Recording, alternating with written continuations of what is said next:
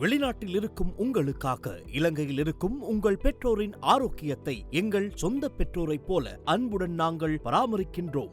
மெடிப்ளேஸ்.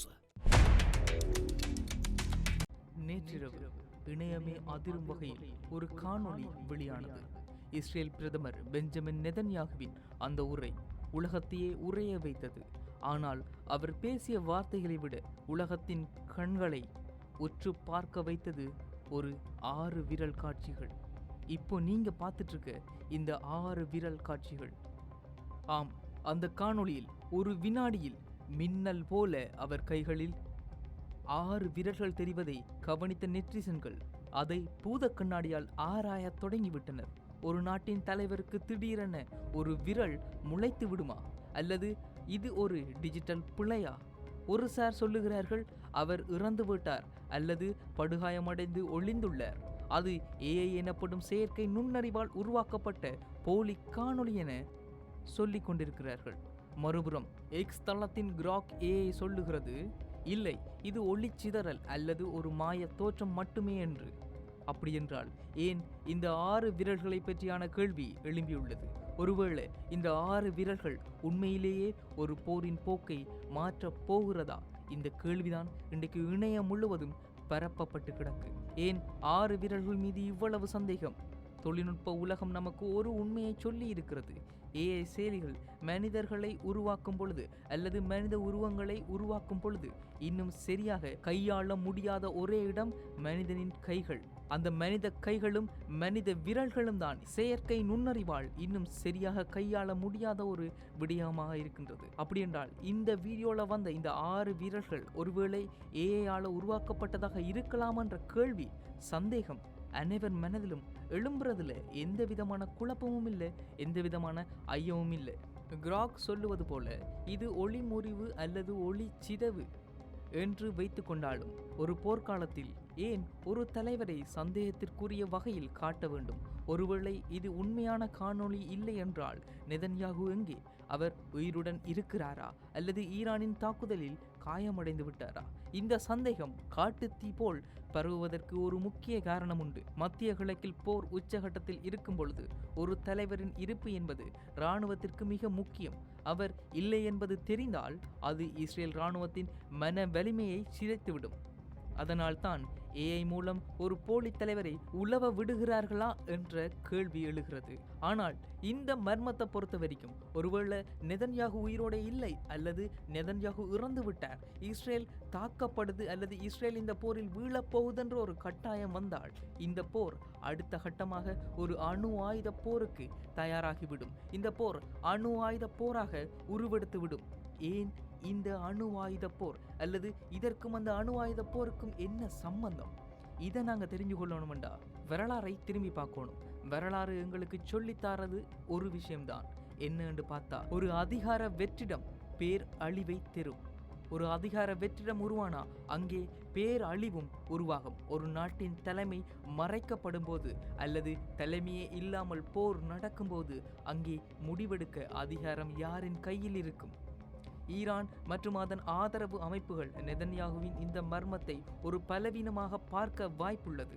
தலைமையே இல்லாத ஒரு நாட்டின் மீது அணு ஆயுத தாக்குதல் நடத்தினால் பதில் சொல்ல ஆள் இருக்காது என அவர்கள் தவறாக கணக்கிடலாம். அல்லது எங்கள் தலைமைக்கு ஏதாவது நேர்ந்தால் உலகத்தையே அழிப்போம் என இஸ்ரேல் தனது சிம்சன் ஆப்ஷனை, தற்கொலை படை போன்ற அணு ஆயுத தாக்குதலை கையில் எடுக்கலாம். இதுதான் இனி நடக்க போகுதா என்ற ஒரு கேள்வி எழும்பி இருக்கு. சரி, இப்போ இந்த மாதிரியான சூழல்ல அமெரிக்கா என்ன செஞ்சு கொண்டிருக்கு? ட்ரம்ப் சொன்ன அந்த புகழ்பெற்ற வாக்கியம் நினைவிருக்கிறதா? ஈரான் சரணடைவதற்கு கூட அங்கே ஆள் இருக்காது. ஒரு தலைவரின் காணொளி போலியானது என்று உறுதியானால் அது அமெரிக்காவை நேரடியாக ஒரு அணு ஆயுத போருக்குள்ள குதிக்க வைக்கும். அமெரிக்கா ஒரு நேரடி அணு ஆயுத போருக்குள்ள இறங்க வாய்ப்புகள் இருக்கு. ஒருவேளை இது அமெரிக்காவை ஒரு நேரடி அணு ஆயுத போருக்குள்ள குதிக்க வைக்குமெண்டா ஈரானின் அணு சக்தி மையங்களை அழிப்பதே அமெரிக்காவின் இறுதி இலக்காக மாறும். இது ஒரு டாக்டிக்கல் நியூக்ளியர் ஸ்ட்ரைக்காக மாற வாய்ப்பிருக்கு. ஒருவேளை இந்த டாக்டிக்கல் நியூக்ளியர் ஸ்ட்ரைக் என்ற பெயரில் ஈரானில் இருக்க அனைத்து அணு மின் நிலையங்கள் மற்றது அணு சார்ந்த உற்பத்தி செய்யக்கூடிய அனைத்து இடங்களையும் அமெரிக்கா தாக்கி சென்றா, அணு உலைகளை தாக்கி சென்றா, அது ஒட்டுமொத்த வளைகுடா நாடுகளுக்கும் ஒரு மிக பெரும் பேரழிவை கொண்டு வந்து சேர்க்கும். அமெரிக்கானுடைய இந்த தாக்குதல்ல ஈரான் மட்டும் பலியாக போறதில்ல, ஒட்டுமொத்த வளைகுடா நாடுகளும் இதுக்கு பலியாகும். ஈரான்ல இருக்கிற அந்த அணு கதிர்வீச்சுகள் வளைகுடா நாடுகளை தாக்கும். வளைகுடா நாடுகள் மூலமாக அந்த ஒட்டுமொத்த பாதிப்பும் உலக நாடுகள் முழுவதுக்கும் வந்து சேரும். அந்த நியூக்ளியர் வேஸ்ட் அல்லது அந்த கதிர்வீச்சுகள் ஒட்டுமொத்த உலகத்தையும் தாக்கும். இது ஒரு மாபெரும் அழிவை கொண்டு வந்து சேர்க்கும். சரி, இப்போ யதார்த்தம் என்னன்ற ஒரு கேள்வி இருக்கு. ஒருவேளை நெதன்யாகு தாக்கப்பட்டாலோ, இஸ்ரேல் வீழ போற ஒரு நிலைக்கு தள்ளப்பட்டாலோ, அல்லது இஸ்ரேல் வீழும் என்ற ஒரு கட்டாயத்துக்கு தள்ளப்பட்டாலோ, அமெரிக்காவும் இஸ்ரேலுக்குமான அடுத்த கட்ட வாய்ப்பாக இருக்கிறது ஒரு அணு ஆயுத போராக இருக்கும். மற்றும் ஈரானுடைய ஒட்டுமொத்த அணு நிலையங்களையும் அமெரிக்காவும் இஸ்ரேலும் குறிவைக்கும். இது நடந்தால் ஒட்டுமொத்த உலகுக்கும் பாதிப்பு ஏற்படும் என்றதை நான் சொல்லியிருந்தேன். ஆனால் இப்ப யதார்த்தம் என்ன? உண்மையிலேயே இது ஏஐ தானா, அல்லது நெதன்யாகுவுக்கு ஏதாவது ஆயிட்டா? இந்த கிராக் சொல்ற விஷயம் என்ன? இதை பற்றி நாங்க பார்க்க போனா, கிராக் சொல்லுற இந்த ஒளி முறிவு தர்க்க ரீதியாக சாத்தியமான்ற ஒரு கேள்வி எழும்பியிருக்கு. கேமராவினுடைய கோணங்கள் மற்றும் அதிகப்படியான விளக்குகளின் ஒளியால் சில நேரங்கள்ல விரல்கள் அடுக்கடுக்காக தெரிய வாய்ப்புகள் இருக்கு. ஆனா ஒரு நாட்டினுடைய உளவுத்துறை, அதாவது மொசாட், யோசிச்சு பாருங்க, மொசாட் உலகத்துல செய்யாத வேலைகள் அல்ல.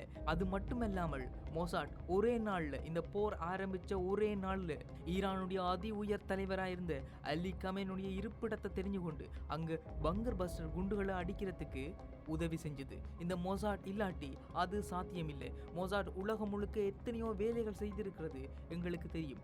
அப்படிப்பட்ட ஒரு உளவுத்துறை, அப்படிப்பட்ட ஒரு உளவு அமைப்பு இந்த பிழைகளை பார்க்காமல், இந்த மாதிரியான பிழைகளை கவனிக்காம ஒரு காணொளியை வெளிவிடுமா என்பது மிக பெரும் கேள்விக்குறியாக மாறி நிற்குது. இங்க நாங்க கவனிக்க வேண்டிய ஒரு விஷயம் இருக்கு. இங்க ஒரு டாக் பாசிபிலிட்டி ஒளிஞ்சிருக்கு.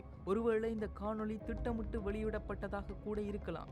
எதிரி நாடுகளை குழப்புவதற்கும் அவர்கள் என்ன முடிவெடுக்கிறார்கள் என்பதை உளவு பார்ப்பதற்கும் வீசப்பட்ட ஒரு தூண்டிலாக கூட இது இருக்கலாம். இந்த 6 விரல் காணொளி ஒரு தூண்டிலாக இருக்கக்கூட வாய்ப்புகள் இருக்குன்னு பல போரியல் ஆராய்ச்சியாளர்கள் சொல்லி கொண்டிருக்காங்க. இப்போ இருக்கிற நிலவரப்படி மத்திய கிழக்குல போர் கப்பல்களும் அணு ஆயுதங்களை சுமந்து செல்லக்கூடிய B-52 விமானங்களும் அணி வகுத்து நிற்கிறது. ஈரானின் யுரேனியம் செறிவூட்டப்பட்டது 60% மாறி இருக்குன்னு பல பேர் சொல்லி கொண்டிருந்தாலும் அது 90% எட்டி இருக்க வேண்டும் பலர் சொல்லி கொண்டிருக்காங்க. அமெரிக்கா இந்த போருக்குள்ள வந்ததுக்கும் இஸ்ரேலை அமெரிக்கா பாதுகாக்க நினைக்கிறதுக்கும் காரணமாக இருக்கிறதும் இந்த 60% செறிவூட்டப்பட்ட யுரேனியம். 60% ஒரு யுரேனியம் செறிவூட்டப்பட்டால் அது எப்போ வேணுமென்றாலும் அணு ஆயுதமாக மாறலாம் என்று பலர் சொல்லி கொண்டிருக்காங்க. ஒருவேளை ஒரு கிழமையில இது நடக்கலாம், நாளைக்கு நடக்கலாம், இன்றைக்கு நடக்கலாம் என்று பலர் இந்த போர் ஆரம்பிச்சதிலிருந்து சொல்றதை நாங்கள் கேட்டோம். ஆனால் ஈரானிட்ட உண்மையிலேயே அணு ஆயுதம் இருக்கான்றது ஒரு கேள்விக்குறியாக இருந்தாலும் அந்த அணு ஆயுதத்தை பயன்படுத்தி கொண்டு, அல்லது அந்த கேள்விக்குறியை அல்லது அந்த கேள்வியை பயன்படுத்தி கொண்டு அமெரிக்கா ஈரான் மேல ஒரு அணு ஆயுத போரை தொடங்குறதுக்கு வாய்ப்புகள் இருக்கு. நெதன்யாகுவின் 6 விரல் மர்மம் விரைவில் உடைக்கப்படலாம். ஆனால் அந்த விரல்கள் அணு ஆயுத பொத்தானை அழுத்துவதற்கு முன்னால் உலகம் அமைதிக்கான வழியை தேட வேண்டும். ஏனெனில் ஒரு அணு ஆயுத போர் தொடங்கினால் அங்கே எண்ணுவதற்கு யாருடைய விரல்களும் மிச்சம் இருக்காது.